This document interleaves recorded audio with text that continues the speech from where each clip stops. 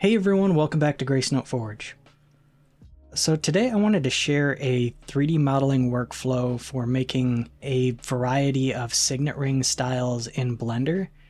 And this is going to be really useful for kind of a wide range of designs. So rather than keep talking about it, I'm just going to go ahead and hop right into it. So I have Blender 4.3, which is the newest version currently opened up. And I'm just going to do a few things here on the default page just to kind of set this up. So I'm going to go over here to the scene and set up my units first. So I'm going to switch that from meters to millimeters and then change the unit scale to 0.001. And you can see that'll mess with the grid, but we can fix that really quick. Going to the floor scale and changing that to 0.001 as well. And that should work great. Now I can get rid of everything here in the scene. We're not going to need it. So I'm going to select everything with A, hit X, and just delete it. And for this method, there's a few things that I need to set up.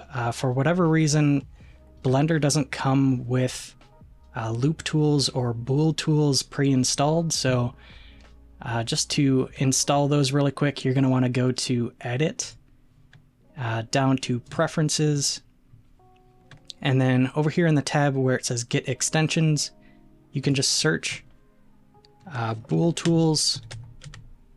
And that should pop up down here. I already have it pre-installed, but once you find it, you can just click install, and you're going to want to do that for loop tools as well. So once you have those installed, you should be good to go.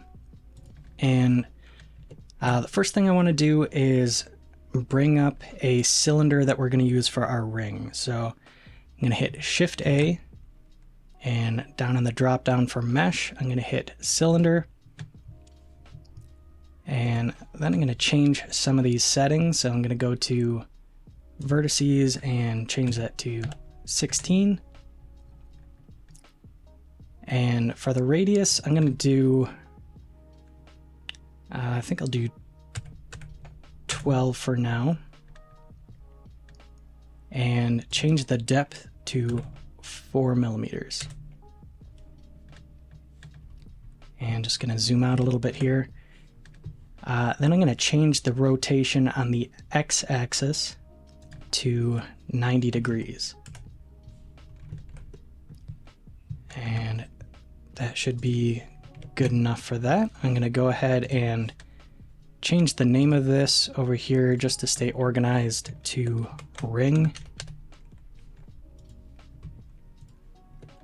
And now I'm going to bring up another cylinder that I'm going to use for the size of the ring. So I'm going to hit Shift A again, go back over to cylinder, and I want the resolution to be higher on this. So I'm going to change the vertice to 200.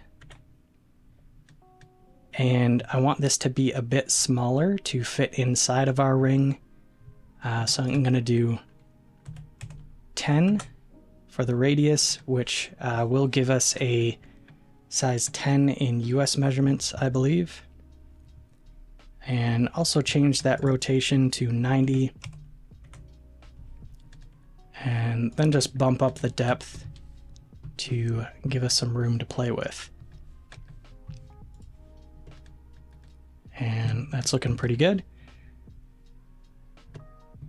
So next, just to make sure nothing wonky happens, I want to select both of these just one at a time and do Control A and just apply all transforms. That'll make sure nothing strange happens when we go to apply any modifiers or anything. And it just sets the rotation and scale and stuff too. So I'm going to do that for both. And that's looking pretty good. So for now, I'm just going to go ahead and actually I'll name this to, I'll change that to size just to stay organized. and I'm going to go ahead and hide it for now. So I'm going to grab our ring cylinder here and hitting tab, going over into edit mode. I'm going to hit 3 to get into face select. You can also do that by hitting up here. But I'm going to go ahead and select this big face and shift select to grab this one as well. Hit I to inset that. And I don't need to be too precise at the moment, just pulling that in a little bit. Just doing that once and then hit I again with them both selected to bring that in a bit further. And actually want to scale that down a bit more. So I'm just going to hit S to scale and Shift Y to constrain it just on the X and Z axis. So that should be pretty good for our needs. Now going back into object mode by hitting tab. I'm just going to go over here to the modifiers, this little wrench symbol, and I'm going to go over to generate and do a subdivision modifier. And for now I can bump this up to 3 to give us a little bit higher resolution. And I can also unhide the size cylinder. And from here, all I want to do is select the size cylinder and then shift select the ring and hit Control- on the numpad. And you can see that did a difference boolean. It also brought up the boolean modifier so we can see what we're doing here. And from here we can go ahead and start making our edits. And what's nice is that doing it this way we kind of have a clear view of what it's doing, but we also have a lot of flexibility with this. We can change the size of our size cylinder and go ahead and play around with that if we want to. So I'm going to leave it where it is for now and just select the ring cylinder and go back into edit mode by hitting tab. And then I'm just going to go to vertice select mode by hitting 1 on the keyboard. You can also check this little box. And before I go ahead and move any of these vertices, I'm actually going to turn on my X and Y symmetry. I want every movement that I do to be mirrored across both of these planes. And I could set up a mirror modifier, but I just kind of got into the habit of using these, and they work pretty well and are pretty quick. So you'll see what I mean in just a second. But if I turn these on and grab one of these vertices and hit G to move them, you can see it's doing all 4 sides at once. So just a quick note, if you don't have these turned on and you start moving them around, or they don't line up with the vertices on the other side, turning them on and then moving them won't have the same effect, because they aren't lined up. They have to be lined up perfectly with the other ones. So if you get to a point where that happens or one of them gets tweaked, it is a simple fix. All you need to do is hit A to select all the vertices and then go up here to mesh and just hit symmetrize. So right now it's set to -X to +X, and that just means everything over here is getting copied to over here. So in this case, that's what we want, and now that should work just fine. So the next thing I want to do, just to make this more of a signet ring style and kind of give us a little bit more flexibility, is I want to turn on the proportional editing up here. And then I want to change my select to tweak. And that just makes it to where now I don't need to hit G, I can just click and drag these. And while holding down with my finger, I can scroll on my mouse to adjust the influence and kind of gradually pull up the other vertices to make that a lot smoother. So I'm going to leave that kind of like that. I want it to be a little bit of a taper, which is pretty common for these style of rings. And I also want it to be a little bit wider. So I'm going to grab this middle vertice and just hit Y to pull that on the Y plane.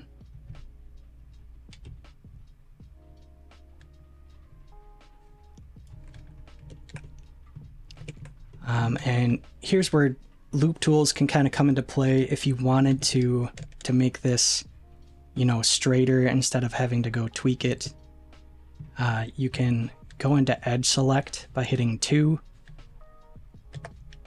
and just alt select this ring. Make sure you're hitting shift and then alt to select this one as well. And you can right click and hit flatten in loop tools, and that straightened it out a lot more.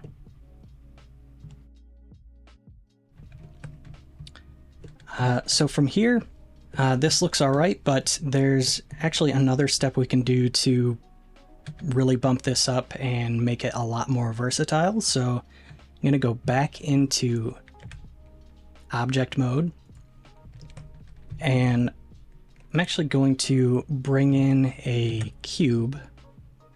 So I'm going to hit Shift A and then go to a mesh cube, and then just scale that up with S and make that reasonably big right now. And just go into front facing view. And you could do that by hitting this little circle or holding Alt and then dragging with the position that you want. So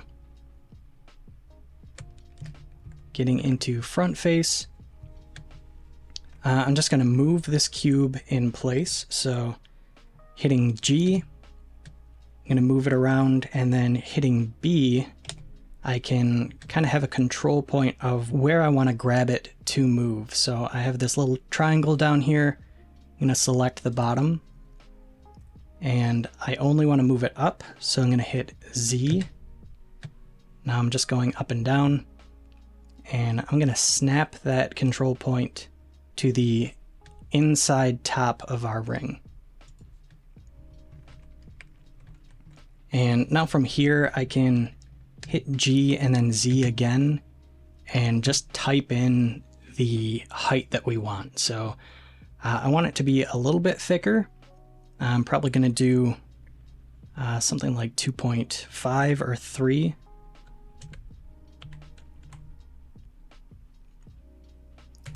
Do 2.5 millimeters.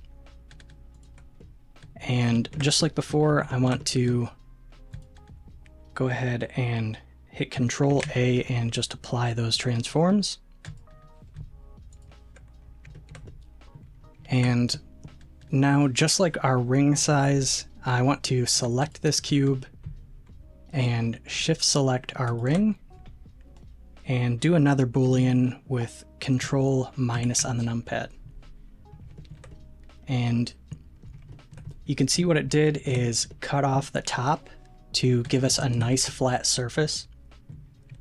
And really from here we have a lot of room to play with for different styles of ring like this. So I can, with that ring selected, go back into edit mode and go to vertice select and really start playing with the shape of this. You can see using proportional editing, I can just go through and I could make this a round signet ring if I want. I can increase the number of vertices in the center by doing Control R and click once to bring that in. And now from the top down, I can do the same thing of just clicking and dragging these points.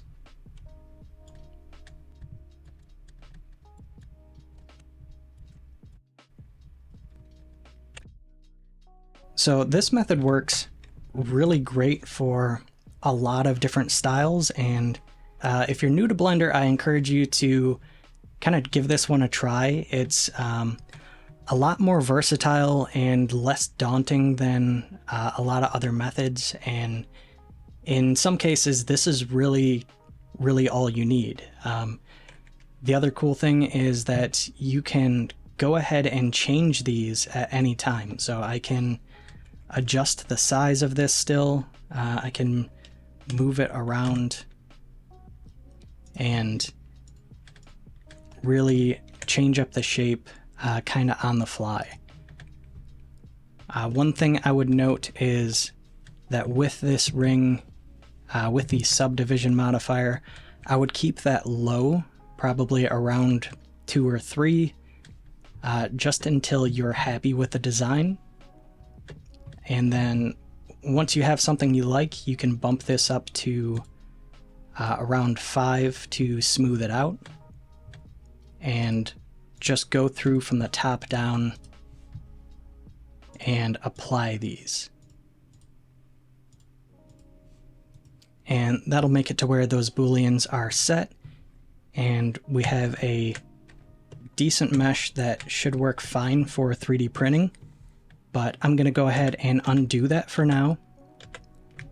And if you're interested in doing more styles of ring like this, I recommend saving this right here as a template to use. That way you can just really easily go back in and change up the design however you want to work with what you're going for. So I'm going to take this method a step further in part 2 of this video. So keep an eye out for that if you're interested. But for now, thanks for watching, and I'll see you in the next one.